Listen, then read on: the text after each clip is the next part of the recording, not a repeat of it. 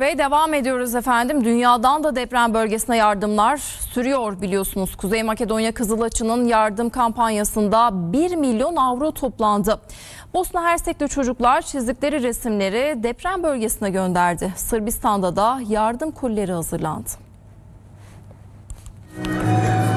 Kuzey Makedonya Kızılhaçı depremzedeler için kampanya düzenledi. 1 milyon avro toplandı. Kampanyanın kapanışı için Kuzey Makedonya Başbakanı Dimitar Kovačevski'nin de katılımıyla başkent Üsküp'te tören yapıldı.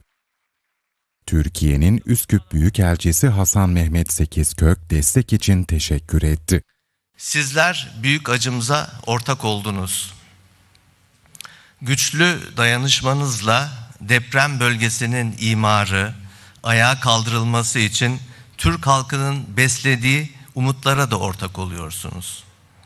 Türk halkı sizlerin sevgisini ve dayanışmasını minnetle hatırlayacaktır. Bosna Hersekli çocuklar yaptıkları resimleri depremzede akranlarına gönderdi. Çocukların gösterdiği dayanışma örneği duygulandırdı. Müslümanların yoğun olduğu Sırbistan'ın Sancak bölgesindeki Novi Pazar şehrinde yaşayan kadınlar depremzedeler için yardım paketleri hazırladı. Yunanistan'ın Attika Bölge Başkanlığı ve Bir İnsani Yardım Kuruluşu öncülüğünde toplanan 60 kamyon ihtiyaç malzemesi yola çıktı.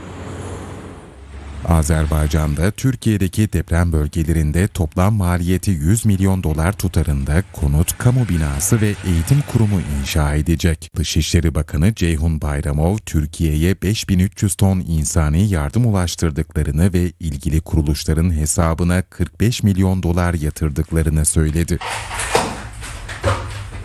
Gönüllerde derin yaralar açan deprem, Türkmenistanlı şairlerin de eserlerine yansıdı.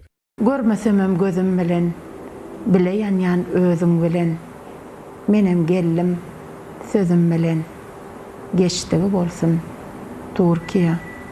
Türkmenistan jemi bilen, demi bağlı demin bilen, ata yurdum senin bilen, geçtigi bolsun Türkiye.